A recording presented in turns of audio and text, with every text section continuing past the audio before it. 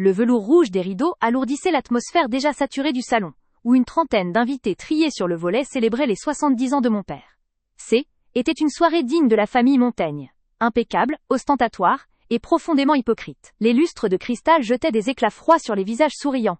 Des visages qui, pour la plupart, n'avaient jamais daigné me regarder de près depuis ma chute. J'y étais Élise, la quarantenaire effacée, celle qui avait autrefois tutoyé le succès avant de devenir l'ombre et la honte, l'île, échec cuisant que l'on tolérait par obligation familiale. Je portais une robe sombre, me fondant presque dans le décor, observant le ballet des conversations polies et des coupes de champagne. Mon regard ne cessait de glisser vers Diana, ma sœur, assise à la droite de notre père. Elle était l'incarnation du succès, le joyau parfait, femme d'affaires brillante, épouse irréprochable, mère accomplie. Elle rayonnait dans une toilette d'un blanc immaculé, ses cheveux blonds coiffés d'une perfection chirurgicale. Entre nous deux, il n'y avait jamais eu de rivalité ouverte, juste des décennies de mépris silencieux, une forme d'art que Diana maîtrisait à la perfection. Elle m'avait toujours traité comme une note de bas de page insignifiante dans le grand livre de notre famille, mais cette attitude avait atteint son apogée il y a exactement 3 ans. 3 ans plus tôt, Diana, dans une manœuvre d'une froideur stupéfiante, m'avait fait endosser la responsabilité d'une fraude massive au sein de leur entreprise. J était son bras droit à l'aile, époque naïve, et surtout, aveuglée par le besoin d'être enfin reconnue par ma propre sœur. Elle avait méthodiquement monté un dossier accablant, utilisant mon accès et ma signature, puis était retirée, me laissant seule face à la justice et à la destruction de ma réputation. J'avais perdu ma carrière, ma crédibilité, et une grande partie de ma santé mentale. La famille avait cru Diana, bien sûr. Comment douter de la déesse du succès? Ils avaient conclu que J était faible, stupide, et que, finalement, je n'avais fait que confirmer mon statut d'arrêt éternel fardeau. Pourtant, au milieu de ce chaos, une petite flamme était allumée. Une lueur de survie. Pendant les semaines qui avaient précédé mon éviction, dans un accès de paranoïa que je n'avais pas encore compris, j'avais pris la précaution de copier chaque échange, chaque message crypté, chaque enregistrement audio que Diana m'avait envoyé, détaillant les mécanismes de la fraude, ses ordres précis, et surtout, la preuve irréfutable que J était un simple fusible. J'avais conservé ces fichiers dans un dossier sécurisé, en secret, sur un disque dur externe que je ne quittais jamais. Ce n'était pas un plan de vengeance immédiate. Était une assurance vie, un poids que j'avais porté silencieusement pendant 3 longues années, attendant le moment où ce fardeau deviendrait une arme. Ce soir, le poids de ces années de douleur invisible pesait lourdement sur mes épaules. Je savais que Diana était parfaitement consciente de la précarité de ma situation actuelle. J'avais dû accepter un poste subalterne, loin du prestige d'antan, et elle aimait à insinuer que je survivais uniquement grâce à la générosité paternelle. La tension montait à chaque gorgée de vin, à chaque regard furtif échangé entre nous. Mon père, rayonnant d'une ignorance béate, se levait pour porter son toast habituel, mêlant anecdotes d'affaires et hommages maladroits à ma mère disparue. Puis vint le moment des discours des enfants. Diana fut la première à se lever. Elle prit le micro avec l'assurance d'une professionnelle de la scène. Sa voix, claire et mélodieuse, résonna dans le grand salon. Mon cher papa, 70 ans, un modèle de réussite, de droiture, et surtout, de générosité. Elle déroula un éloge parfait, mesuré, calculé pour plaire à l'assemblée bourgeoise. Mon père essuya une larme, touché. Mais je savais que l'éloge haine, était qu'une façade. Je sentais la charge électrique dans l'air, la familiarité de la haine qu'elle cachait si bien. Et effectivement, après avoir vanté les mérites de mon père en tant que chef de famille, elle fit la transition, douce d'abord, puis acérée, vers le sujet qui lui tenait tant à cœur, la hiérarchie familiale. Et papa, parlons de ta générosité. Elle s'est manifestée non seulement dans tes investissements, mais aussi dans ta capacité à toujours tendre la main à ceux qui en ont le plus besoin, commença-t-elle, son regard balayant la pièce jusqu'à s'arrêter sur moi. Un sourire mince et glacial étira ses lèvres. Nous sommes ici, ton succès, ton héritage, et puis il y a ceux qui malheureusement n'ont pas su saisir les chances que la vie, ou que tu, leur as données. La salle devint légèrement plus silencieuse. Les invités, sentant le changement de ton, se figèrent, les verres à mi-chemin de leurs lèvres. Mon père fronça les sourcils, semblant confus par la déviation de son discours d'anniversaire. Diana ne me laissa pas le temps de respirer. Elle poursuivit, l'air désolé, le ton compatissant, ce qui rendait l'attaque encore plus vicieuse. Bien sûr, Élise a traversé des moments difficiles, des erreurs de jugement, comme nous l'avons tous appris. Mais ce qui force l'admiration chez notre père, c'est sa patience inépuisable. Il continue, malgré tout, à soutenir Élise, même si elle n'a plus les moyens de subvenir à ses besoins, même si sa carrière est, disons, au point mort. Elle marqua une pause théâtrale, s'assurant que l'attention était désormais entièrement focalisée sur moi. Élément dysfonctionnel de la soirée. J était la bête de foire, et elle venait de lever le voile. Car soyons honnêtes, sans ce soutien constant, sans les aides que papa lui accorde discrètement pour qu'elle puisse maintenir un semblant de dignité, Élise serait quoi aujourd'hui? Elle fit un geste vague vers moi, comme pour désigner un objet de pitié. Le mot que j'attendais, celui qu'elle m'avait murmuré lors de notre dernière confrontation privée, était sur le point de sortir. Elle inclina légèrement la tête, ses yeux verts brillants de triomphe. Elle serait tout simplement un parasite. Le mot, lâché devant 30 personnes, résonna comme un coup de fusil. Un silence total, lourd, s'abattit sur le salon. Les murmures cessèrent. J'ai senti le rouge monter à mon visage, non pas de honte, mais d'une rage brûlante qui venait enfin de trouver son seuil. Elle m'a humiliée. Elle l'avait fait avec une précision chirurgicale, utilisant le prétexte de l'anniversaire paternel pour me dénigrer publiquement. Devant les amis de mon père qui m'avaient vu grandir. Devant les gens qui avaient assisté à l'effondrement de ma vie professionnelle. Mon père, enfin tiré de sa torpeur, tenta une intervention faible. « Diana, c'est l'anniversaire. »« Non, papa, c'est la vérité, » coupa Diana, inflexible. Elle me regarda droit dans les yeux, son expression se durcissant, savourant l'instant. « Regardez-la.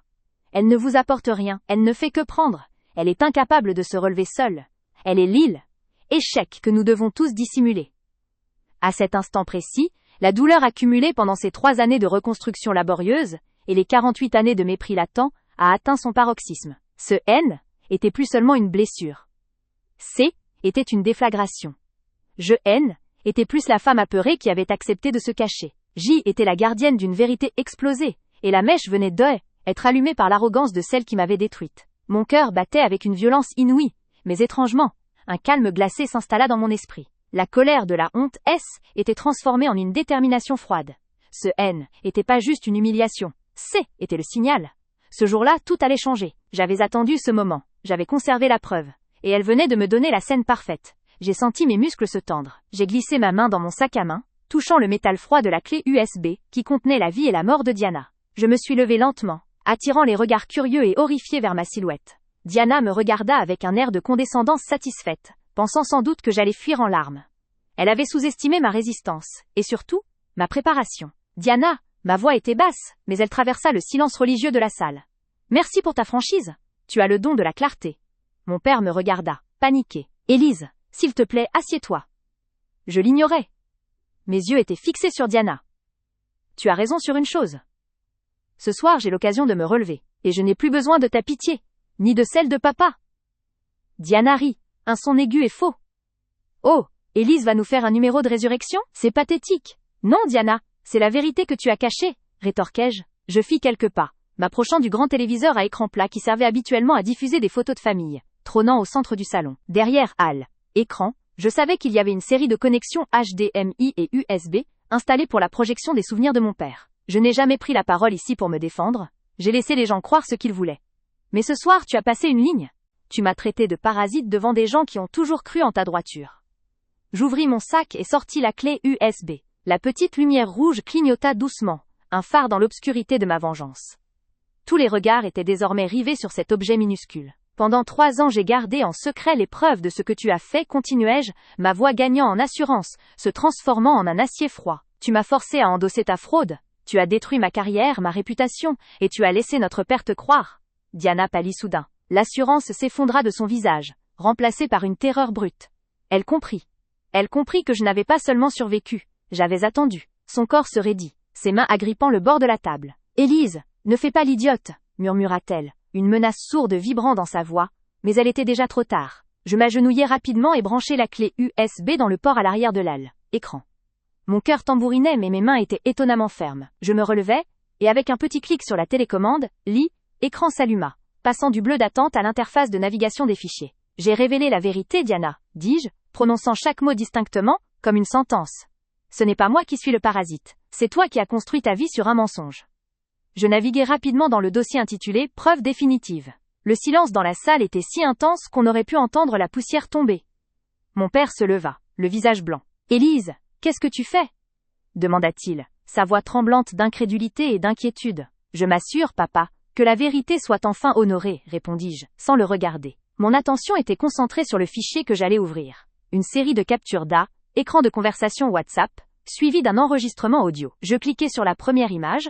Instantanément, la capture écran, montrant des messages d'il y a 3 ans entre Diana et moi, s'afficha en grand sur écran de 60 pouces. Les noms de contacts étaient visibles, et le texte des messages ne laissait aucune place au doute, des instructions précises de Diana pour manipuler les comptes offshore. Elle utilisait un ton de commandement, Et mes réponses étaient celles d'une employée obéissante qui ne comprenait pas toute l'ampleur de la situation. Un murmure s'éleva dans la salle, immédiatement étouffé par la surprise. Les invités se penchaient, plissaient les yeux pour lire les petits caractères projetés en taille monumentale. Le visage de Diana était décomposé. Elle était levée et tentait de s'approcher de l'aile, écran pour l'aile, éteindre. Mais la distance était trop grande. « Laissez-moi vous lire le passage le plus pertinent, dis-je, ma voix se portant clairement au-dessus du chaos naissant. Je pointais le doigt vers le centre de l'aile. Écran. Diana même, écrit. Lui, assure-toi que tout passe par ton compte miroir, Élise. Si ça tourne mal, ce sera ta signature qui sautera. Ne t'inquiète pas, on te couvrira en interne, mais il faut une tête de turc. Tu es la plus facile à sacrifier, ma chère. Racinienne, lui, l'effet fut immédiat. Les murmures se transformèrent en exclamations de choc. Mon père chancelait, portant la main à sa poitrine. Il ne regardait plus là. Écran. Mais Diana. Diana? Demanda-t-il, sa voix à peine audible. Diana était figée, la couleur écarlate montant à son cou, contrastant brutalement avec le blanc de sa robe. Elle était prise au piège de sa propre arrogance. Elle avait cru que son secret était enfoui pour toujours. J'ai ensuite projeté la vidéo. Ce N était pas une vidéo, mais l'enregistrement audio que j'avais effectué lors d'une de nos réunions dans son bureau. La voix de Diana, reconnaissable entre mille, résonna dans le système de son du salon. Claire, cruelle et terriblement explicite. J'ai besoin que tu prennes ce risque, Élise. Tu sais, la famille a besoin d'un bouc émissaire de toute façon. Et franchement, personne ne croira que moi j'aurais pu faire une erreur pareille. C'est la seule façon de masquer les millions. Et après, tu prendras ta retraite anticipée. Bien sûr, tu seras seule à gérer les conséquences juridiques, mais je te donnerai un petit pécule. Tu as toujours été le maillon faible, Élise. C'est ta seule utilité. Astérisque. La cruauté de l'enregistrement frappa la salle comme un poing. Cette fois, il n'y eut aucun murmure. La salle est devenue silencieuse. Un silence absolu et terrifiant, interrompu seulement par la voix froide et calculatrice de Diana. La vérité, cachée si longtemps, venait d'arrêter, éclater dans le lieu le plus public et le plus sacré de la famille. Mon père s'assit lourdement. Diana, l'agresseur, était exposée. Ce jour-là, j'ai révélé la vérité, et elle allait payer pour avoir détruit ma vie. Je me tenais là, les mains tremblantes, mais enfin libérée de tout le poids que j'avais porté. Mon rôle de victime était terminé. Je retrouvais ma valeur, et ma voix, face à tous. J'ai besoin que tu prennes ce risque, Élise. Tu sais, la famille a besoin d'un bouc émissaire de toute façon. Et franchement, personne ne croira que moi j'aurais pu faire une erreur pareille. C'est la seule façon de masquer les millions. Et après tu prendras ta retraite anticipée. Bien sûr, tu seras seule à gérer les conséquences juridiques, mais je te donnerai un petit pécule. Tu as toujours été le maillon faible, Élise. C'est ta seule utilité. La cruauté de l'enregistrement frappa la salle comme un poing. Cette fois, il n'y eut aucun murmure, aucune petite toux gênée. La salle était devenue silencieuse, un silence absolu et terrifiant, une absence d'air qui succédait à l'onde de choc. Seul résonnait dans l'espace opulent le dernier écho numérique de la voix de Diana, si clair, si dénué d'empathie.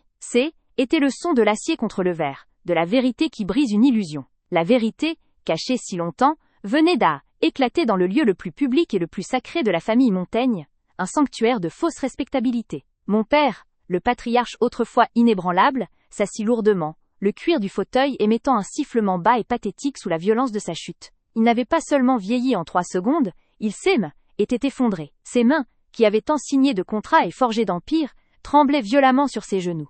Le lustre de cristal au-dessus de sa tête, qui avait été l'emblème de sa réussite, projetait des milliers de reflets scintillants qui ne faisaient qu'accentuer la pâleur maladive de son visage. Il y avait un abîme entre lui et Diana, un gouffre qu'elle avait creusé par sa cupidité. Elle, l'agresseur, celle qui avait réclamé l'admiration pour sa droiture, était exposée. Le blanc immaculé de sa robe, tout à l'heure symbole de sa pureté et de son triomphe, se transformait en un camouflage grotesque. Le maquillage parfait qui sculptait ses traits pour la caméra des magazines semblait désormais figé sur un masque de terreur et de rage impuissante. Elle avait l'air d'une statue de sel, incapable de bouger, de se défendre, ou même de crier. Les invités, ces 30 pères dieux qui représentaient le monde social et financier de mon père, étaient immobilisés. Certains avaient reculé instinctivement, comme si la projection lumineuse de l'hôtel écran était un foyer de contagion. Je pouvais sentir l'odeur du champagne qui évaporait, remplacée par le parfum métallique de la trahison. Les conversations de politesse et les éloges haines étaient plus qu'un souvenir lointain, noyés sous cette vague d'informations accablantes. Je voyais Monsieur Lefebvre, le banquier de la famille, discrètement sortir son téléphone pour vérifier l'heure, ou peut-être pour contacter son avocat. Je me tenais là, mon corps vibrant d'une énergie froide. Ce N était plus Élise la honteuse, la quarantenaire effacée. J'y étais Élise, l'ingénieur de la destruction, et j'avais appuyé sur le détonateur. J'ai laissé l'enregistrement se terminer, puis j'ai éteint Newell, écran avec la télécommande, ne laissant derrière moi qu'un reflet noir et implacable, où se dessinaient les silhouettes fantomatiques des convives stupéfaits. Le silence revint, encore plus dense, chargé de jugements et de questions non posées. Diana fut la première à briser le silence, non pas par la parole, mais par un mouvement. Elle fit un pas vers moi, ses talons claquant sur le parquet ciré. Sa voix était rauque, déformée par l'adrénaline et le désespoir. « C'est une fabrication !» cria-t-elle, pointant l'endroit où l'aile, écran noir, reflétait son visage déformé. « Élise, tu as toujours été pathétique, mais là, tu as dépassé les limites. Tu as trafiqué ça. C'est impossible. C'est une mise en scène !» Elle se tourna vers mon père, cherchant un soutien qui n'était plus là. « Papa ! Elle ment ! Elle est rancunière. Elle n'a jamais accepté être le maillon faible. Elle est folle, papa. Tu sais qu'elle est instable depuis. » Elle n'osa pas finir sa phrase, mais l'implication était claire. J était la folle, la faible, celle dont on ne pouvait croire la parole. Mon père leva lentement la tête. Ses yeux bleus, autrefois vifs et dominateurs, étaient embués de larmes et de confusion. Il ne regarda pas l'écran, ni même moi. Il regarda Diana, sa fille préférée, celle qu'il avait tant chérie, à qui il avait transmis l'entreprise et la gloire. « La voix, Diana !» murmura mon père, sa voix une plainte sourde. « C'est ta voix, je la connais depuis 40 ans. » La simplicité de cette affirmation, prononcée par l'homme qu'elle avait tant manipulé, fut plus dévastatrice que n'importe quelle accusation juridique.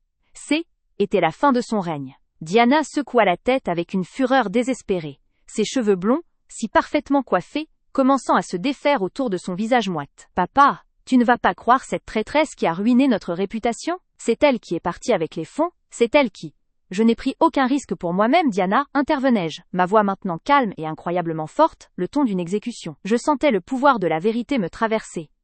J'ai tout fait sur tes ordres, parce que tu m'avais convaincu que était un test de loyauté. J était aveugle, oui, aveuglé par le désir.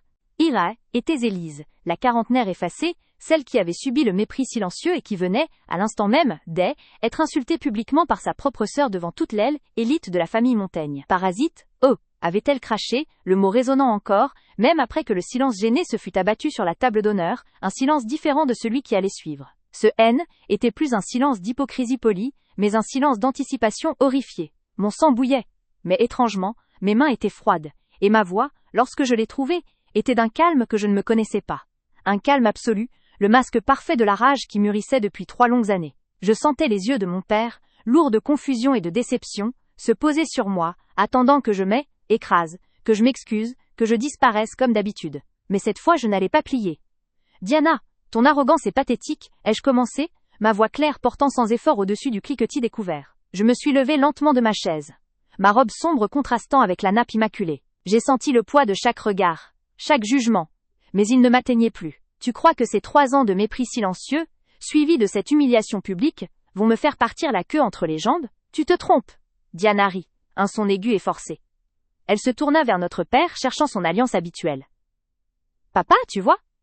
Elle est en train de faire une scène. Elle va gâcher ta fête. Dis-lui de partir, elle est instable. » Mon père, le visage cramoisi, essaya d'intervenir, ses mains tremblantes. « Élise, ma chérie, s'il te plaît, ce n'est pas le moment. Ta sœur a sans doute été maladroite, mais... » Je l'ai coupée, sans hausser le ton. « Non, papa. Diana n'est jamais maladroite. Elle est calculatrice. Et elle m'a humiliée parce qu'elle pense pouvoir le faire impunément, comme elle l'a fait il y a 3 ans en me faisant endosser sa fraude. » Le mot « fraude » fut un coup de tonnerre dans la salle feutrée. Les murmures explosèrent immédiatement, mais ils furent vite étouffés par la main levée de Diana. Son sourire avait disparu, remplacé par une panique fugace qu'elle tenta immédiatement de masquer par la colère. « C'est scandaleux ! Lou !» écria Diana, frappant la table. « C'est la preuve de ta jalousie maladive. Tu as perdu ton emploi parce que tu étais incompétente et maintenant tu inventes des calomnies pour te venger !» J'ai souri, un sourire froid et dur qui ne montait pas jusqu'à mes yeux. Ce soir je ne partirai pas tant que la vérité ne sera pas rétablie. Non seulement sur mon statut actuel de parasite, mais sur la raison réelle pour laquelle ma vie a été détruite il y a 3 ans. Je me suis éloignée de la table, mais pas résonnant sur le parquet ciré du salon. Tous les regards, y compris celui de Diana, suivaient mes mouvements vers l'angle le plus sombre de la pièce, là où était installé écran de projection géant destiné à montrer des photos de famille. Diana comprit trop tard. Elle se leva brusquement, son verre se renversant, laissant une flaque de vin rouge sur la nappe. « Ne fais pas ça, Élise !»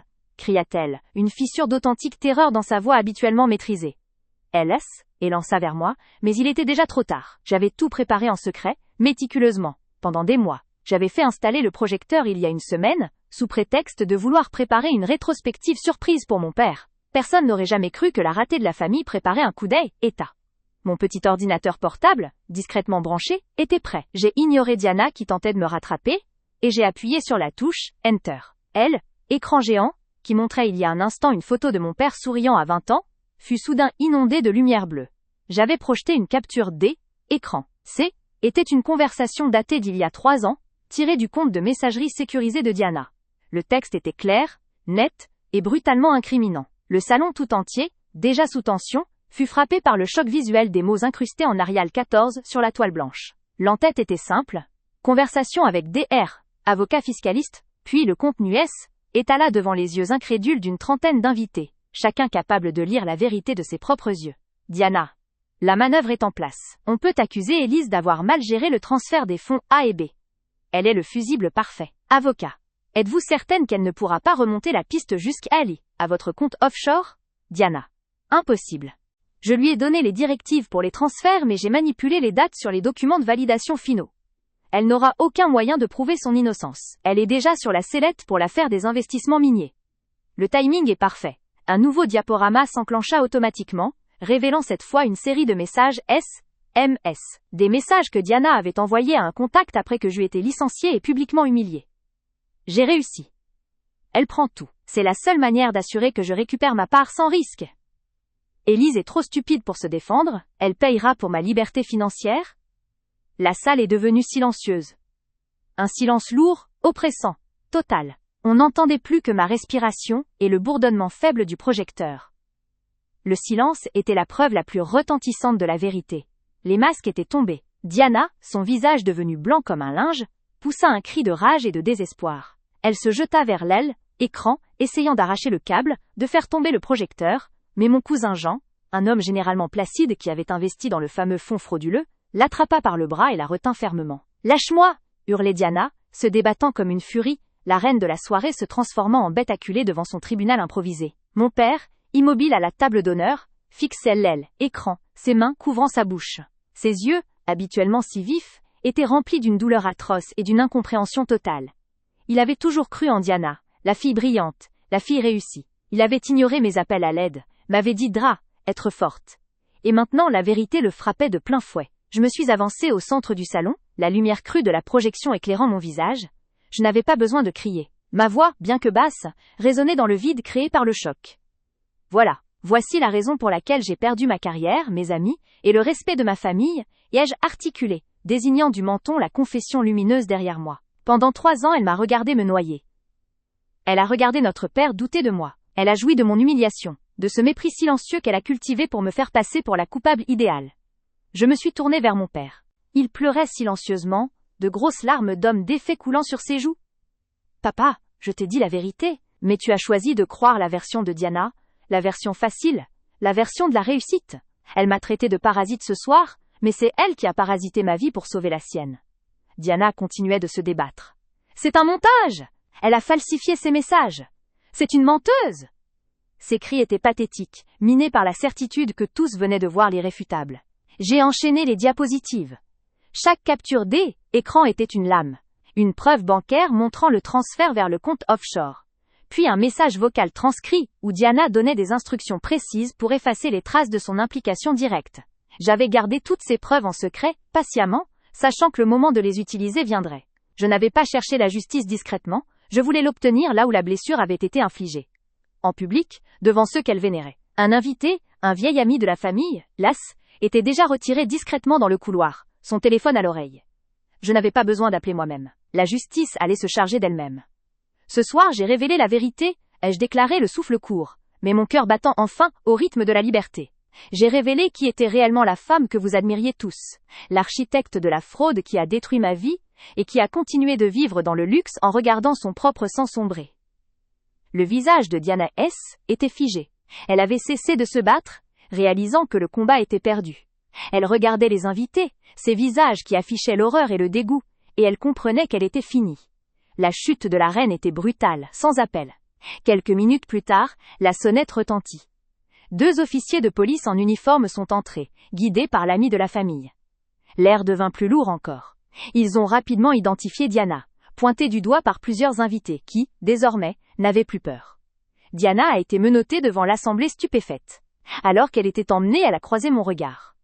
Ce N était plus de la rage, était de la haine pure, mais elle ne pouvait plus m'atteindre. J'avais gagné. J'avais survécu à ces années de mépris et je l'avais exposée. Mon père, toujours assis, n'a rien dit.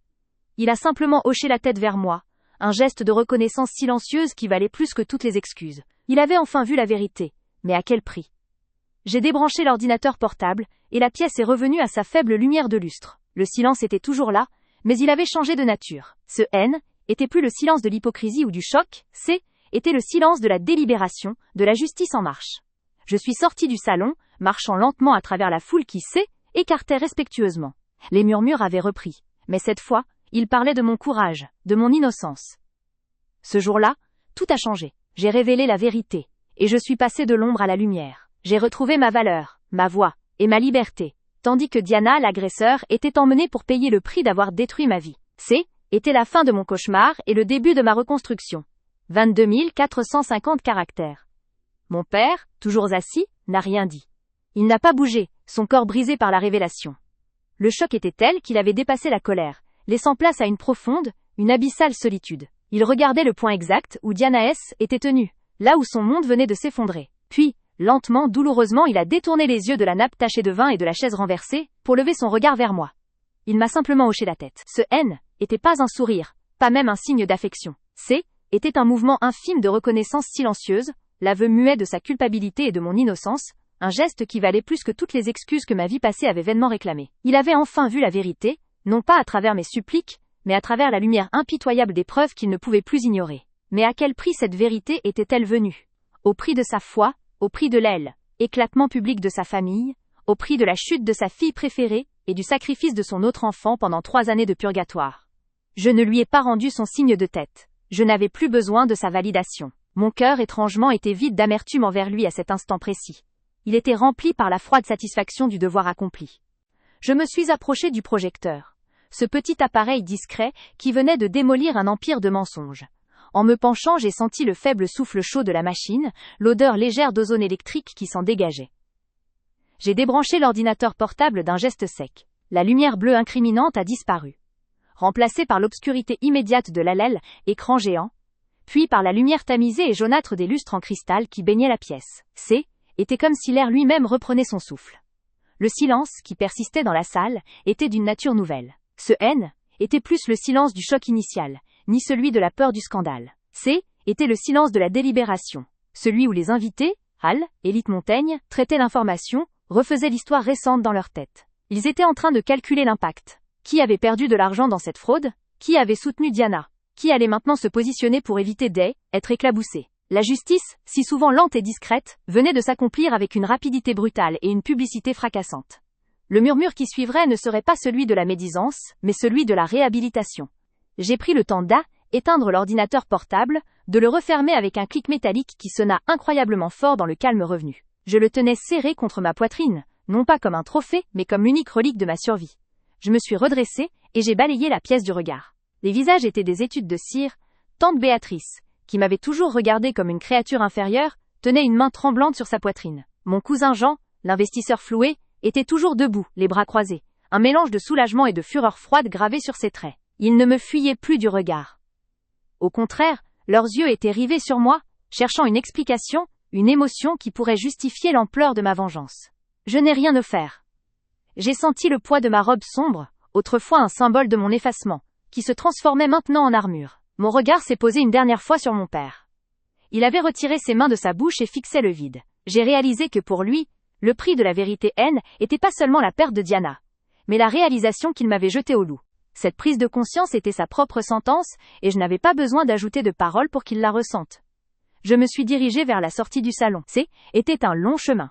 20 mètres de parquet ciré de marbre froid et de tapis persans bordés de familles qui, il y a 1 heure encore, se moquaient de ma condition de parasite. Chacun de mes pas résonnait. J'ai marché lentement, délibérément, savourant l'espace qu'il me laissait. La foule s'est écartée. Ce N était pas seulement par politesse ou par respect de l'espace personnel. Était par déférence face à la force qui venait être manifestée. Je les ai vus baisser les yeux, les mêmes yeux qui neignent, étaient levés de manière hautaine lorsque j'entrais dans une pièce. La servilité était presque palpable. J'ai entendu le début d'un murmure, qui s'est amplifié à mesure que je m'éloignais. Mais ce haine était plus le bourdonnement des jugements chuchotés derrière ma robe. Non, elle est d'un courage incroyable. Elle avait raison depuis le début. Et dire qu'on la laissait croire qu'elle était coupable.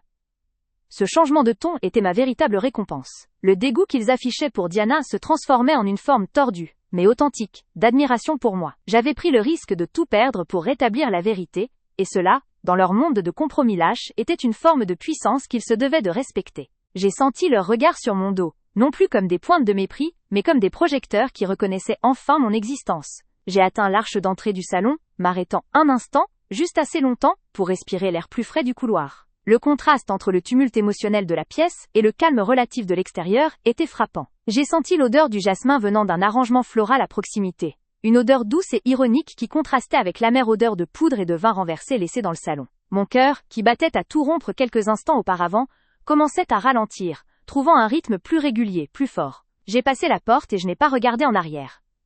Le salon des Montagnes, avec ses ors et ses chaises renversées, était plus mon affaire. Était le théâtre où ma pièce était jouée, et le rideau était tombé sur un acte final sanglant, mais juste. J'ai descendu l'escalier principal, ma main effleurant la rampe froide en acajou. Chaque marche était une libération. Je ne marchais plus comme Élise, la quarantenaire effacée, mais comme Élise, celle qui avait survécu et qui avait triomphé. À l'extérieur, la nuit était profonde et fraîche. Je n'avais pas de manteau, mais je ne ressentais pas le froid. Le gardien de la propriété, un homme âgé qui m'avait toujours salué avec une pitié condescendante, m'a vu. Il s'est redressé sur sa chaise, l'air étonné, avant de se précipiter pour m'ouvrir la grille. « Madame Élise, vous partez déjà ?» Sa voix était hésitante, teintée de la même curiosité horrifiée qui parcourait le salon. J'ai fait un léger signe de tête, mon expression impassible. « Oui. Ma soirée est terminée. »« Ah ! Et, Madame Diana ?» Je me suis arrêtée, le temps d'une inspiration lente et profonde. J'ai regardé les phares d'une voiture de police qui éloignait au loin, emportant Diana vers un destin bien mérité. « Madame Diana, ai-je dit, ma voix grave et pleine d'une satisfaction inavouable, vient d'entamer son propre chemin. Et je ne pense pas qu'il y ait de retour possible cette fois-ci. » Il n'a pas osé poser d'autres questions. Il a simplement ouvert la grille, et je suis sortie sur le trottoir, loin des lumières éblouissantes de la maison familiale, loin de la mascarade et du mépris. J'ai commencé à marcher sans but précis, mes talons claquant sur le bitume. La ville de Lyon, enveloppée dans la brume nocturne, semblait soudain accueillante. Je n'avais nulle part où aller immédiatement. Mon appartement actuel était qu'un lieu de transit. Mais pour la première fois depuis 3 ans, je pouvais choisir ma prochaine destination sans être hantée par l'ombre de l'injustice. Ce jour-là, tout a basculé.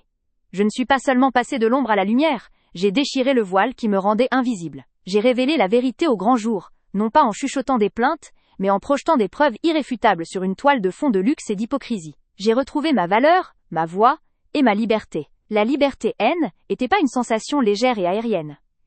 Était un poids, celui d'une responsabilité nouvelle, mais était un poids que je pouvais enfin porter dignement. Diana, l'agresseur, était en route vers l'humiliation et la prison, forcée de payer le prix de la destruction qu'elle avait semée. Elle avait cru pouvoir utiliser sa propre sœur comme un pion jetable dans son jeu financier cynique. Elle avait compté sur ma faiblesse, sur mon besoin désespéré de l'approbation familiale. Mais ce qu'elle n'avait pas compris, c'est que la faiblesse, lorsqu'elle est poussée à bout, peut se transformer en une patience et une résilience capables de déplacer des montagnes. La patience que j'avais cultivée était pas de la résignation, était l'attente calculée du moment parfait. Était la fin de mon cauchemar, le point final mis à 3 années de douleur et de sacrifice. Le chemin de la reconstruction serait long, mais je savais désormais que j'avais la force de le parcourir. En marchant seule dans la nuit, je sentais mon identité se reformer, non pas sur les ruines que Diana avait laissées, mais sur le roc de la justice que j'avais moi-même forgé. Le silence autour de moi était désormais un silence de promesse, le prélude à une vie que j'allais enfin pouvoir écrire, sans interférence ni jugement silencieux. J'étais libre. 22 370 caractères.